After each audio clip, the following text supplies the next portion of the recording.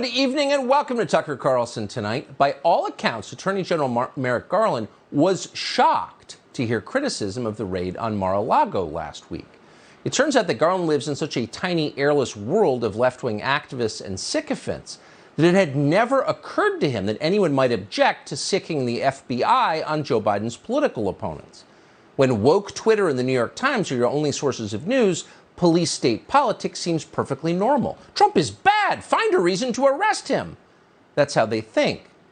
So if you watched Garland carefully at his press conference the other day, you may have noticed that he appeared highly annoyed by the idea of having to stoop to explain himself to mere citizens. But he found a solution. Being a liberal, Merrick Garland's first instinct was to seize the role of victim. Because when you're a victim, you've already won the argument. You don't have to explain yourself. You don't have to change your behavior. You are, by definition, the good guy. The victim always is. Being oppressed means never having to say you're sorry. So as Garland explained at the press conference, the FBI was in fact the real victim here. Mean old Fox News was asking unfair questions, and that's just wrong. So the real problem isn't that America's most powerful law enforcement agency is dangerously politicized and corrupt. No. The real problem here is the people have dared to complain about it, and they must stop immediately, or else they're domestic terrorists. As Garland put it with what seemed like genuine outrage, I will not stand silently by as the integrity of the FBI is unfairly attacked. Well, of course, media organizations loved it. There's nothing they revere more than a victim. Victims are holy. So they immediately took Garland's side. They're being mean to the FBI. Stop it, guys. That's not allowed.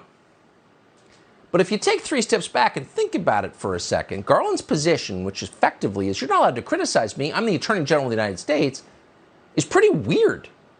In fact, it is an inversion of the traditional relationship between the U.S. government and the population it supposedly serves.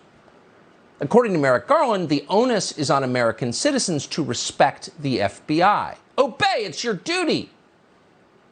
But, of course, that's not true. In a democracy, the onus is on the FBI to earn the respect of Americans. They work for you, remember? And lately, they have not been doing a very good job, and people know that they haven't been. The public's confidence in the FBI has plummeted by double digits in just the last few years.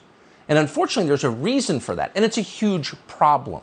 We need the FBI. You can't just defund federal law enforcement.